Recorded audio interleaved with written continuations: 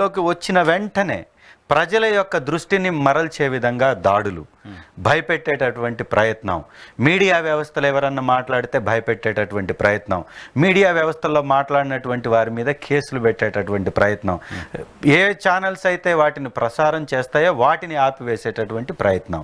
రీసెంట్గా Deccan Chronicle office మీద దాడి. ఎంత దుర్మార్గం! ఇలాంటి దుర్మార్గ కాండని మొదలుపెట్టేసి భయభ్రాంతుల్ని చేసి ఎవరు మాట్లాడకుండా చేయాలనేటటువంటి ఆలోచన వారు ఎంచుకున్నారు. ఈ ప్రజాస్వామ్య వ్యవస్థలో వీరితో పుట్టినటువంటి వ్యవస్థలు కాదు, వీరితో ముగిసిపోయేటటువంటి వ్యవస్థలు కానే కాదు. కాబట్టి మాట్లాడేటటువంటి వారు మాట్లాడుతూనే ఉంటారు. అది కంట్రోల్ చేయలేక ఇప్పుడు దృష్టిని మరల్చడానికి శ్వేతపత్రాల యొక్క ప్రోగ్రాం తీసుకున్నారు. ఈ శ్వేతపత్రాల్లో ఏం చేస్తున్నారు? పోలవరం మీద ఒక శ్వేతపత్రాన్ని విడుదల చేశారు. 2019 జూన్లో కొట్టకపోయినటువంటి డయాఫ్రమ్ వాల్ని నిర్మించినటువంటి ప్రభుత్వం తెలుగుదేశం పార్టీ ప్రభుత్వం. అది దిగిపోయింది 2019 ఏప్రిల్ మేలో. అంటే ఒక్క నెల కాలంలోనే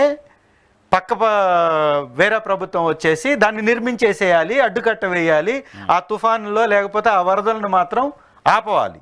5 సంవత్సరాలు పరిపాలించినటువంటి తెలుగుదేశం పార్టీ మాత్రం, వారి ప్రభుత్వం మాత్రం జాగ్రత్త తీసుకోదు. వర్షాలు వస్తే కొట్టుకుపోతుంది అనేటటువంటి భయం ఉండదు. కేవలం గిన్నిస్ బుక్కుల్లో రికార్డుల్లోకి ఎక్కాలి.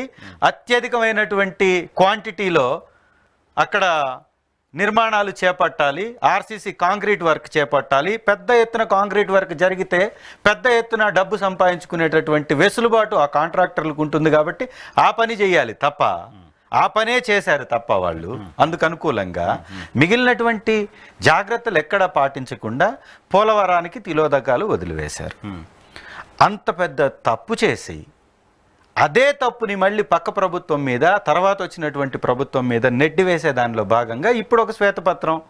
సో ఓవరాల్గా పోలవరానికి తిలోదకాలు వదిలేశారు. మీరు చెప్తున్నది ఒకటే, చంద్రబాబు నాయుడు గారు చెప్తుంది అయినా, గతంలో అంబటి రాంబాబు గారు ఇరిగేషన్ మంత్రిగా చెప్పింది అయినా, పోలవరం ఎప్పుడు పూర్తవుతుందో చెప్పలేమన్నారు ఆయన మంత్రిగా ఉండి. ఇప్పుడు ఆయన అదే చెప్తున్నారు. జెన్యూన్గా అంబటి రాంబాబు గారు చెప్పారు.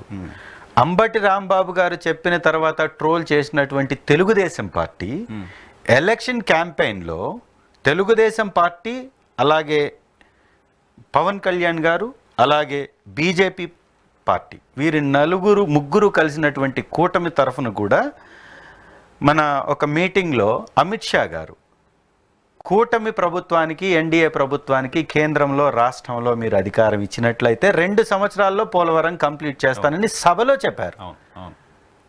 ఈ దేశాన్ని పరిపాలిస్తున్నటువంటి ఒక జాతీయ పార్టీ, ఈ రాష్ట్రాన్ని గతంలో పరిపాలించినటువంటి ఒక ప్రాంతీయ పార్టీ, ఈ రాష్ట్రాన్ని పరిపాలించాలని ఉవ్విళ్ళూరుతున్నటువంటి ఇంకొక ప్రాంతీయ పార్టీ, 3 పార్టీలు కలిసి చేసినటువంటి హామీ 2 సంవత్సరాలలో కంప్లీట్ చేస్తానని.